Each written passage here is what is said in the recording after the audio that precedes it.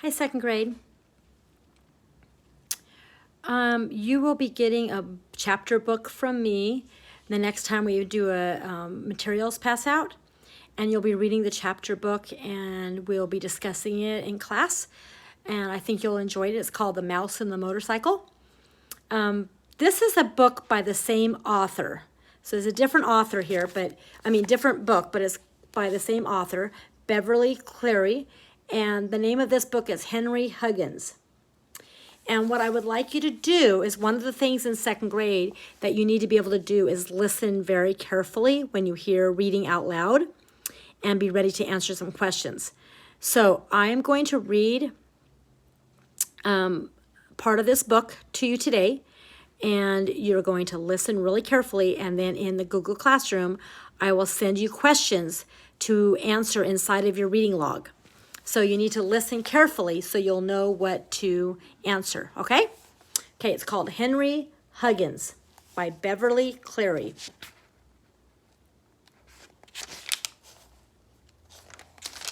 Chapter 1, Henry and Ribs.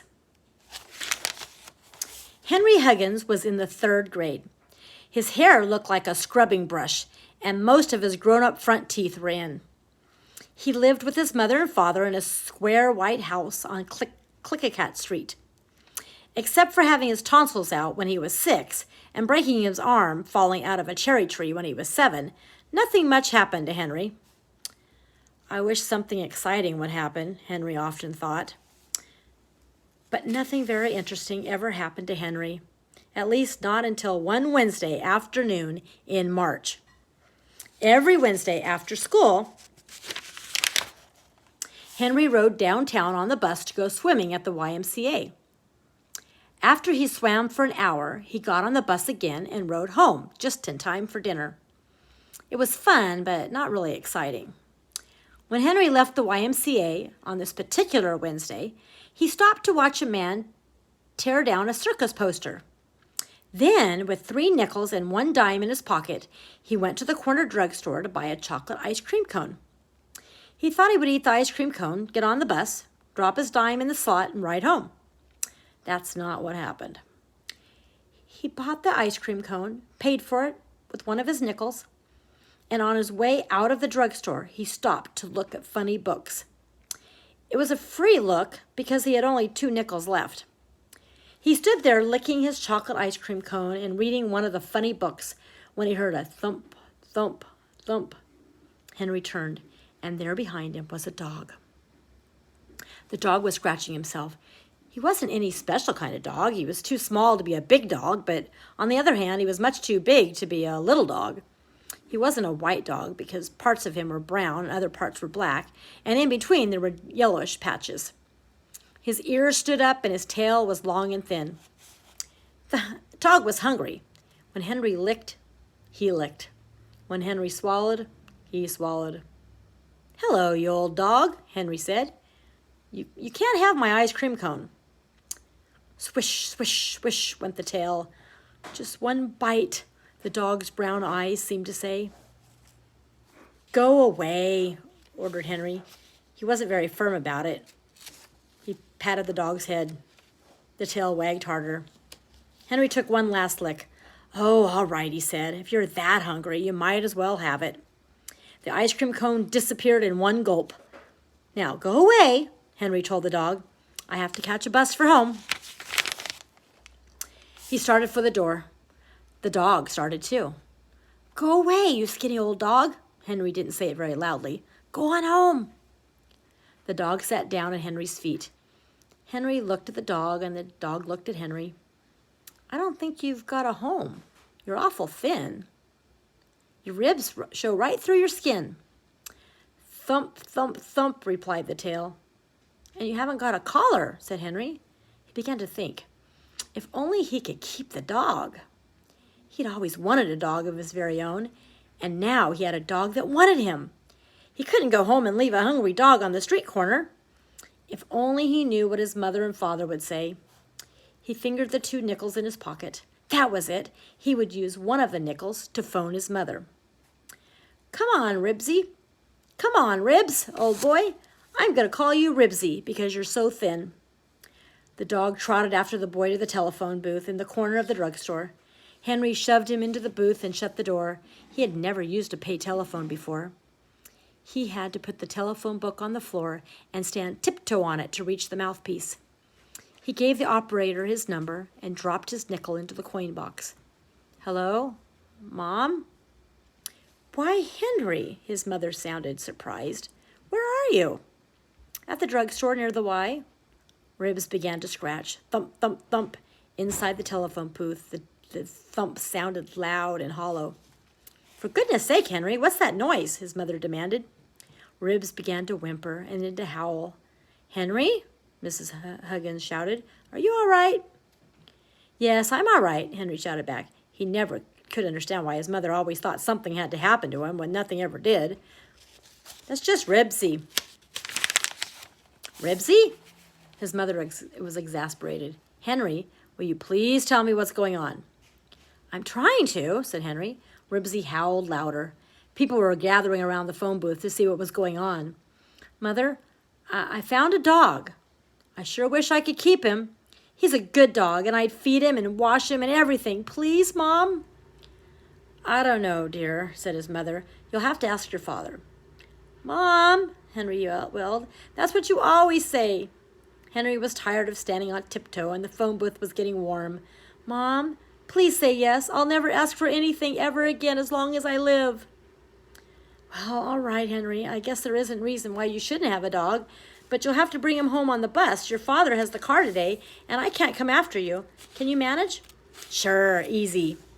"And Henry, please don't be late. It looks as if it might rain." "All right, Mom."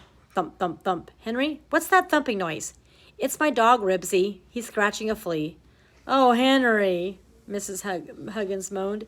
"Couldn't you have found a dog without fleas?" Henry thought that was a good time to hang up. "Come on, Ribs," he said. "We're going home on the bus." When the big green bus stopped in front of the drugstore, Henry picked up his dog. Ribsy was heavier than he expected. He had a hard time getting him into the bus and was wondering how he would get a dime out of his pocket when the driver said, "Say, Sonny, you can't take that dog on the bus." "Why not?" asked Henry. "It's a company rule, Sonny. No dogs on buses." "Mister, how am I going to get him home? I just have to get him home." "Sorry, Sonny, I didn't make the rule. No animal can ride on bus unless it's inside a box." "Well, thanks anyway," said Henry doubtfully, and lifted Ribsy off the bus. "Well, I guess we'll have to get a box." "I'll get you onto the bus somehow," promised Henry. He went back into the drugstore, followed closely by Ribsy. "Have you got a big box I could have, please?" he asked the man at the toothpaste counter. "I need one big enough for my dog." The clerk leaned over the counter to look at Ribsy. "A cardboard box?" he asked. "Yes, please," said Henry, wishing the man would hurry. He didn't want to be late getting home. The clerk pulled a box out from under the counter. "This carton is the only one I have. I guess it's big enough." "But why would anybody want to put a dog in a cardboard box? I can't understand."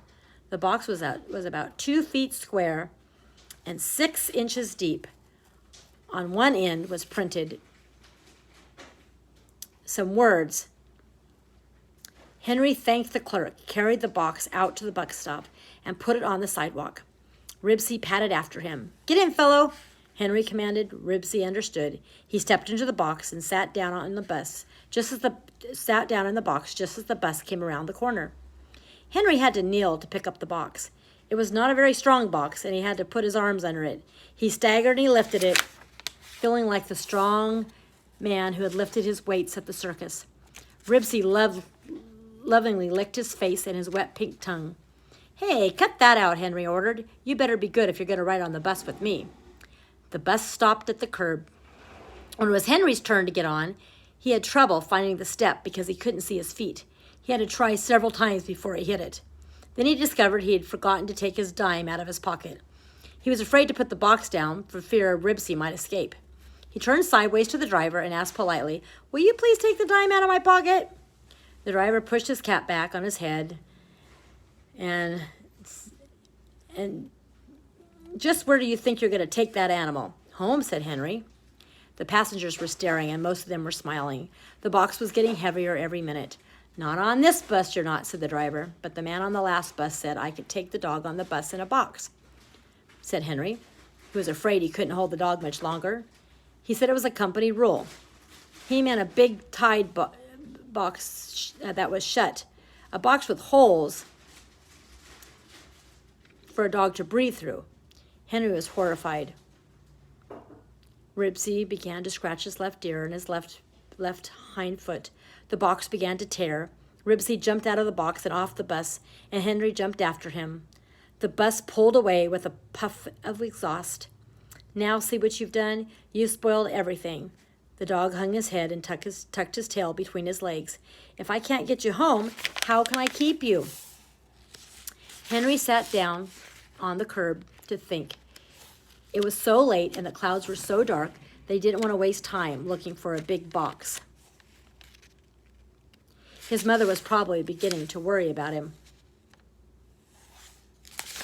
All right, so that's what we have so far. So I'm going to ask you some questions in the Google Classroom, and I want you to answer them. If you need to go back and listen to the story again, you can. Okay? All right.